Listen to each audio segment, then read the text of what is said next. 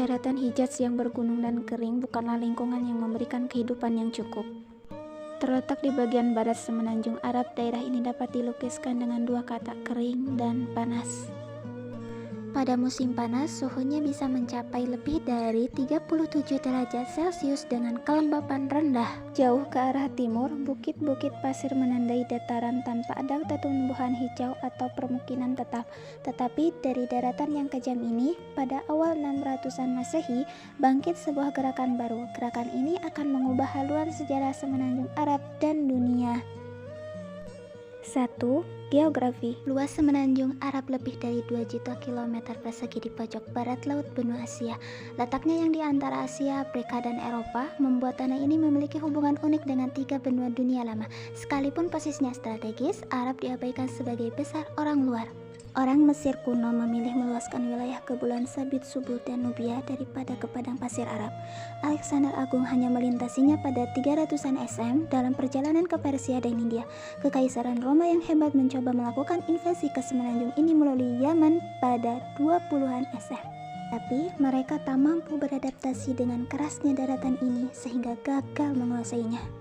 Hampir tak ada yang bisa menyalahkan orang luar bila mengabaikan semenanjung Arab.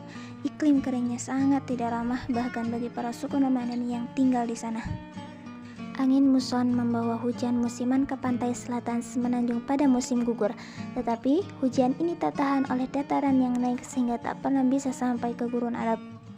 Akibatnya, sebagian besar semenanjung tetap kering sepanjang tahun. Paling kering yang disebut wadis memanjang sepanjang daratan, tetapi hampir tak bisa dikenali sebagai sungai. Saat awan berkumpul dan turun hujan, wadis menjadi jalur air yang mengalir dan bermanfaat, yang penting bagi pertumbuhan tanaman musiman sehingga bisa berkembang di daratan kering ini. Tapi begitu musim hujan berakhir, wadis kembali ke keadaan biasanya, kering dan tak bermanfaat sebagai sumber air. Yang lebih bisa diandalkan adalah oasis daerah subur kecil yang dikelilingi gurun sangat luas. Oasis bisa menjadi tempat tinggal komunitas kecil atau tempat singgah orang yang bepergian. Tetapi oasis jarang bisa menunjang masyarakat maju dan besar. 2. Suku Arab. Kebudayaan cenderung dibentuk oleh lingkungan tempatnya berkembang, tidak terkecuali kebudayaan Arab. Segala hal tentang kehidupan orang Arab didasarkan pada lingkungan keras tempat ia tinggal. Karena ketidakmampuan gurun mendukung kebudayaan bermukim, orang Arab terus-menerus berpindah untuk mencari daerah subur bagi kelompoknya. Salah satu teori etimologi sebutan Arab bahkan mendasarkan bahwa kata itu sendiri berakar dari istilah bahasa Semit yang berarti berkelana atau nomaden. Orang Arab akan menghabiskan musim panas di sekitar oasis atau sumur manapun yang dapat diandalkan tahun demi tahun, sambil berusaha menjaga bahan makanan dan persediaan air dengan hidup sehemat mungkin. Setelah melewati musim panas, mereka akan bermigrasi ke selatan dekat Yaman, tempat turunnya hujan pada musim semi dan tanah subur untuk ternak mereka.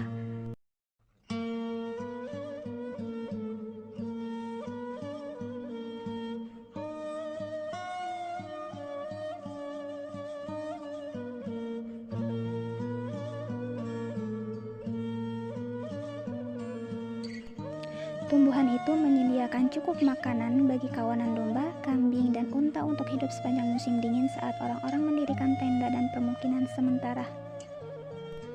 Saat hujan berhenti dan musim kering mulai lagi pada musim semi, orang Arab kembali ke oasis dan sumur untuk musim panas berikutnya. Siklus keras ini menjadi norma bagi suku Arab nomaden sejak lama sekali dan tetap dijalani orang Arab Baduy yang masih hidup di padang pasir Arab. Padang pasir bukanlah tempat untuk sendirian. Dengan begitu, banyaknya ancaman terhadap keberlangsungan hidup orang Arab, kerjasama komunitas sangatlah penting. Ketergantungan pada kerabat merupakan garis pertahanan pertama dalam melawan kelaparan dan panas yang terus-menerus mengancam keberlangsungan hidup. Keluarga diharapkan bisa berbagi bahan makanan serta tempat berteduh, dan konsep individualisme murni sangat tak disukai. Dalam masa Arab pra-Islam, keramahan sangat penting sehingga tamu di rumah seorang Arab dijamin keamanan dan perlindungannya selama paling 3 hari, bahkan sebelum ditanya mengapa ia datang ke sana. Tradisi ini selanjutnya diperkuat oleh Nabi yang menyatakan seorang tamu berhak dijamu selama 3 hari. Berkait membentuk suku yang dipimpin seorang kepala suku yang disebut syekh, identitas dan asal suku sangat penting dalam dunia Arab pra-Islam. anggota suku akan mendapat perlindungan, dukungan, dan kesempatan ekonomi. Suku-suku akan berperang untuk mempertahankan salah satu anggotanya, dan perang suku yang mengerikan umum terjadi sebelum datangnya Islam. Persaingan memperebutkan tanah berumput dan kawanan karena kerap membawa suku-suku pada perang yang menghancurkan, yang bisa berlangsung bertahun-tahun dan memakan banyak korban. Bagi orang Arab, perjuangan hidup itu harus terus-menerus dilakukan, baik melawan manusia maupun alam. Dalam masyarakat suku dan nomaden seperti ini, ungkapan aristik sulit disalurkan. Sumber daya dan waktu yang dibutuhkan untuk menyelesaikan patung dan lukisan seperti kebudayaan kuno Mesir dan Yunani hampir tak ada. Tetapi hasrat alamiah manusia mencari keindahan tak dapat dilenyapkan oleh pasir gurun. Malahan, hasrat ini menemukan bentuk baru, bahasa. Mungkin lebih dari bahasa lain di dunia, bahasa Arab itu sendiri merupakan sebentuk ungkapan artistik. Kata dan struktur kalimatnya cair, menciptakan beragam cara untuk mengungkapkan suatu gagasan yang sama. Dengan demikian, puisi menjadi seni de facto di Arab. Syair epos panjang yang memuja suku dan kepahlawanan menjadi karya seni terbesar mereka. Penyair terbaik didapuk menjadi pesohor dengan segala cara. Kata-kata mereka diingat oleh publik dan diulang-ulang lintas generasi. 7 syair terhebat pra-Islam dikenal sebagai mu'allaqat, yang berarti yang tergantung. Syair tersebut dijuluki demikian karena digantung di dinding Ka'bah di Mekah atau tergantung di hati seluruh orang Arab untuk menghormati medium terbentuk syair ini.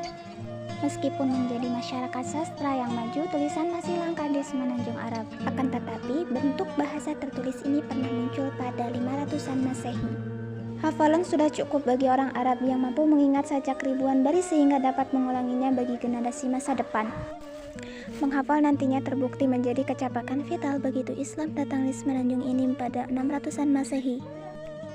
Berbicara tentang agama, orang Arab pra-Islam hampir semuanya politeis. Tradisi Islam meyakini Nabi Ibrahim dan anaknya Ismail membangun Ka'bah di lembah Mekah pada masa lalu sebagai rumah pemujaan satu Tuhan. Ka'bah dibangun dalam bentuk kotak di atas fondasi yang dibuat oleh manusia pertama Adam.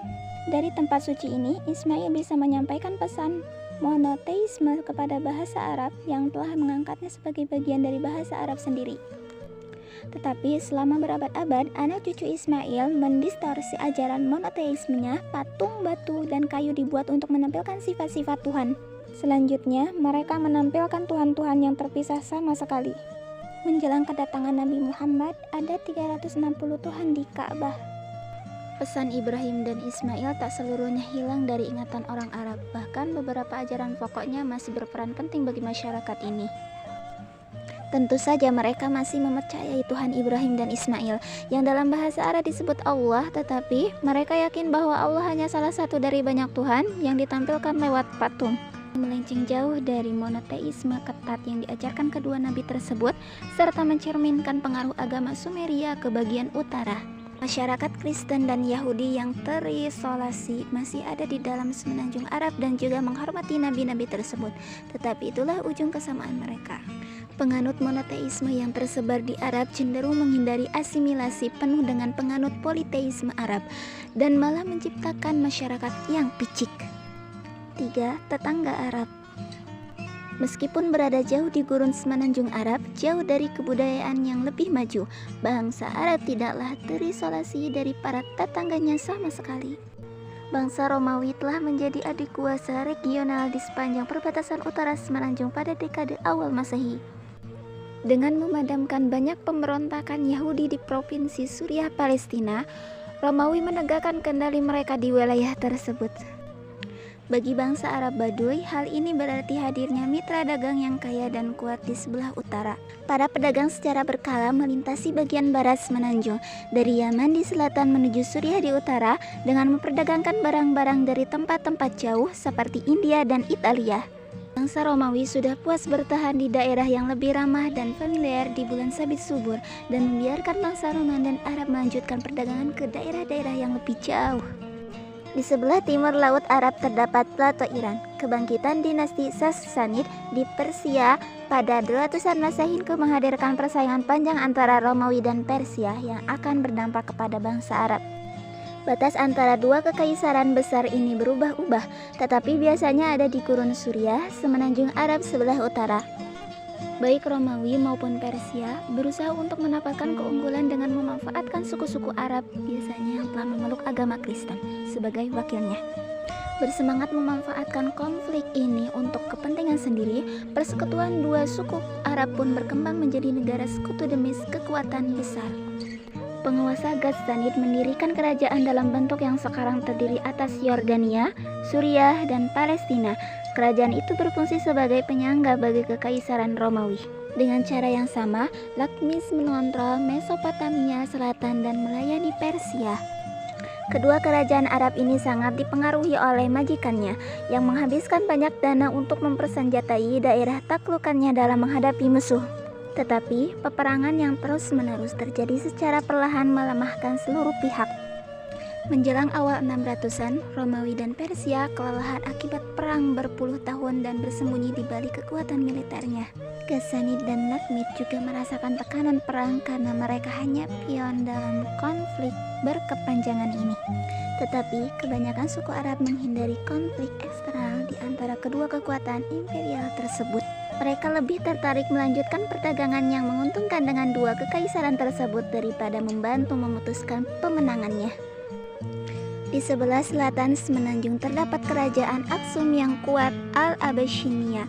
Ethiopia sekarang ini berada di pegunungan Abyssinian. Aksum adalah negara perdagangan kuat yang menghubungkan kerajaan-kerajaan di pedalaman Afrika, rute Laut Samudra Hindia, dan bagian selatan semenanjung Arab. Sebagai tempat persimpangan perdagangan, Aksum berpengaruh besar bagi pedagang Arab yang berdagang dengan orang Aksum di Yaman. Seperti halnya Romawi, Aksum adalah kekaisaran Kristen yang bersitegang dengan Persia dalam beberapa kejadian. Kendalian perdagangan melalui Yaman merupakan sumber konflik tanpa henti karena kedua belah pihak berusaha menjadikan para pemimpin lokal sebagai pengikutnya. Dalam globalisasi dunia yang meningkat pada awal 600-an, bangsa Arab sadar akan keberadaan para tetangga mereka dan terpengaruh oleh peristiwa-peristiwa yang terjadi di luar semenanjung Arab. Menjadi persimpangan tiga negara besar menyebabkan mereka mafhum akan politik internasional dan memiliki keahlian memanfaatkan persaingan demi keuntungan mereka. Meski tinggal di lokasi yang berbahaya, bangsa Arab aman di tengah-tengah gurun. Mereka menyebut semenanjung itu Jazirat Al-Arab, yang berarti pulau bangsa Arab, menggambarkan betapa terisolasinya bangsa ini. Keterisolasian ini terbukti sangat bermanfaat. Lingkungan yang keras membuat tak satupun negara-negara di sekelilingnya dapat menyerbu dan menduduki tanah Arab. Siklus pengembaraan tradisional dan cara hidup mereka sebagian besar tak terpengaruh oleh politik dan perang regional. Dalam lingkungan yang terlindung ini, sebuah gerakan akan bangkit pada awal 600-an. Gerakan tersebut akan berimplikasi besar bagi negara-negara sekitarnya dan akhirnya seluruh dunia. Gerakan ini akan mengubah nasib bangsa Arab selamanya dengan membangun dan memanfaatkan kemampuan uniknya serta membuang perilaku budaya negatif yang telah menjadikan mereka bangsa nomaden, pengembara, dan suka berperang. Faktor geografi, iklim, dan politik bersama-sama menghadirkan lingkungan sempurna tempat Islam lebih cepat tumbuh menjadi kekuatan dunia dibanding gerakan, agama, atau kekaisaran manapun di dunia. Kekuatan itu akan menyapu padang gurun Arab, memasuki Romawi dan Persia yang sudah babak belur, menaklukkan berbagai wilayah dan mengasimilasi beragam bangsa, serta menciptakan imperium yang membentang dari Spanyol sampai India pada awal 700-an terbesar di dunia saat itu. Pertumbuhan kekuasaan dan kebudayaan yang eksponensial belum terbayangkan oleh bangsa Arab pada awal 600-an. Mereka saat itu masih berjuang untuk bertahan hidup, tetapi semuanya dicapai karena orang yang emosional dan